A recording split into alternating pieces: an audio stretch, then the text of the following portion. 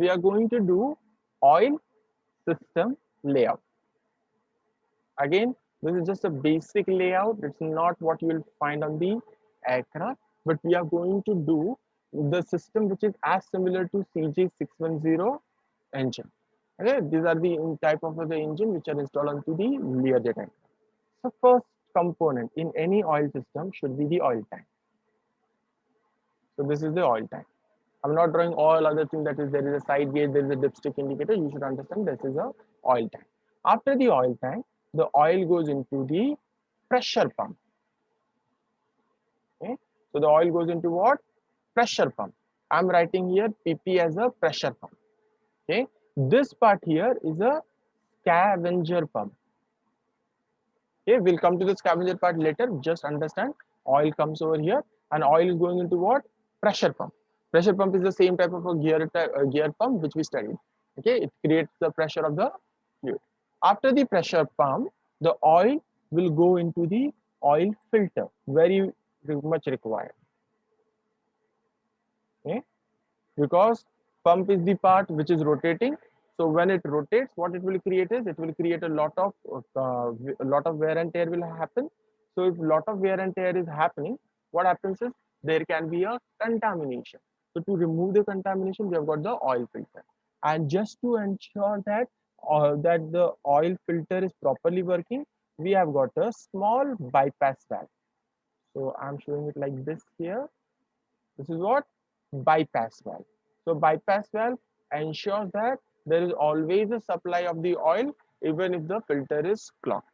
After this, the next component that will come is called as the FCOC, fuel cooled oil cooler. We also studied this in the fuel system in the previous class. So what happens is the oil will come over here, it goes into the FCOC, it is rotating around the fuel. Fuel is passing into the tube. This is a DGCA question. What passes into the tube? What passes surrounding the tube? So inside the tube there is a fuel passing, surrounding the tube there is the oil passing. Heat exchange will take place, and what will happen is this oil will become cool oil, which means what? That this tank is the hot tank. Hot tank means what? The oil is stored in the tank which is having a elevated temperature. That means after it passes to the engine compartment, that is bearing compartment, where it has gone to the lubricate, its temperature has increased, and that same high temperature liquid is directly stored into the oil tank. We are not cooling it first. What we are doing is we are directly passing it into the oil tank. Such a type of the oil tank is called as a hot oil tank. So this is a hot tank. So after the filter, it comes into the FCOC where it will get cooled. Now this cool oil comes and get divided into different branches. Let us say 1, 2. We'll just draw 4 branches. There are actually 5 branches, but I'm just drawing 4 branches. Okay, for understanding purpose. The first branch is the number 1 bearing. Okay, this is number 2 bearing, number 3 bearing. So all the bearings are lubricated, as well as accessory gearbox has to be lubricated. Okay. So the oil will go into the places where you have to do the lubrication, which include accessory gearbox, number 1 bearing, number 2 bearing, and number 3 bearing. Understood better? And after this, just to ensure that the oil is being supplied further, we have to ensure that the oil goes into what? Scavenger pumps. So see, there are 4 scavenger pumps. Understood here? There are 4 scavenger pumps which I have shown into this picture. It goes into the scavenger pump. You can install a filter over here if you require, or you can have a filter after all the scavenger pump outlets are here. We can have a filter in each one of them, or what you can do is you can join all the lines together and have a single filter. Okay, that is also up to you. And then what will happen is all the oil will come back and go into a non-single line, and then this single line will take the oil back into what? Oil tank. And also this is the basic oil system.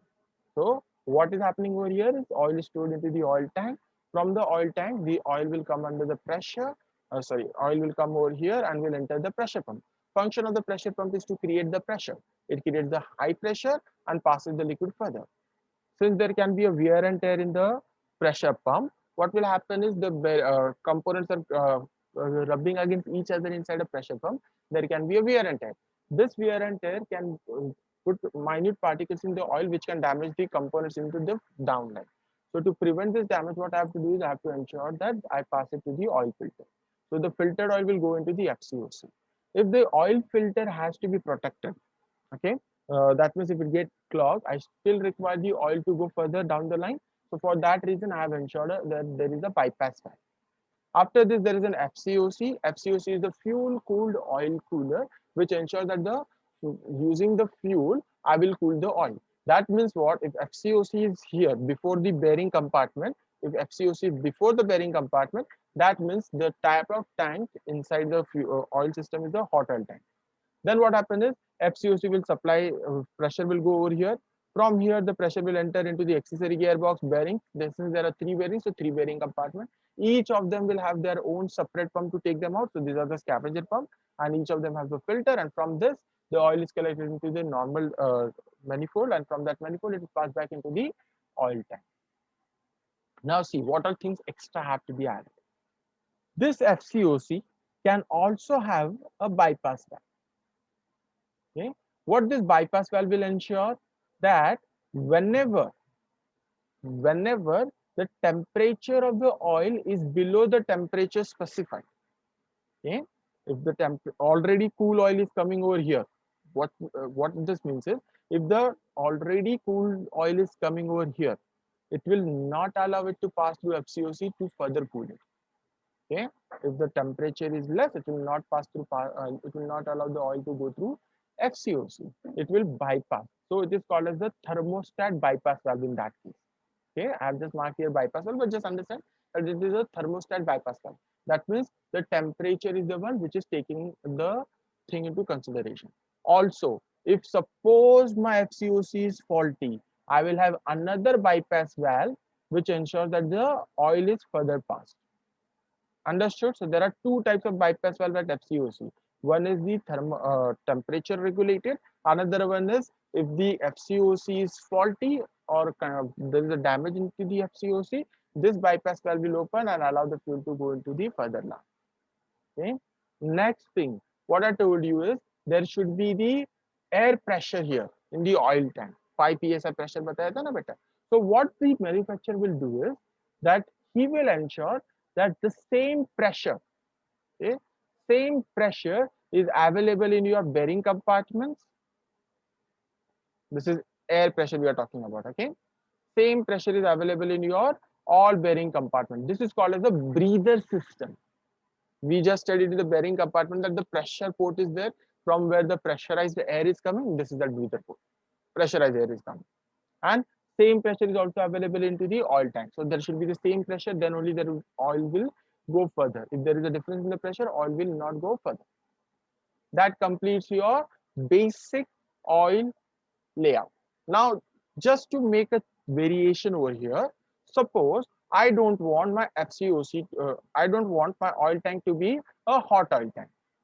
So what I will have to do is I will have to just do one single adjustment. What is that single adjustment, beta? I will remove FCOC from here. Okay, so it's obvious that if I remove the FCOC from here, these components are also removed from here. Okay, they will not be here then. Okay, so what I should do is I should install the FCOC here, and if FCOC is here, the bypass valves are also here. Understood? When I do this, this will become a cold oil tank, because now the oil which is coming after the lubrication, because this will be the hot oil is being cooled down and it is passed into the oil tank. That's the only variation we'll do.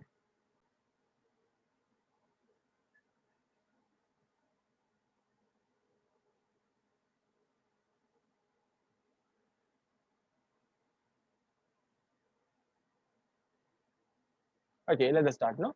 The component is CJ610 oil system, completely oil system. This is the engine of this. This is the oil tank.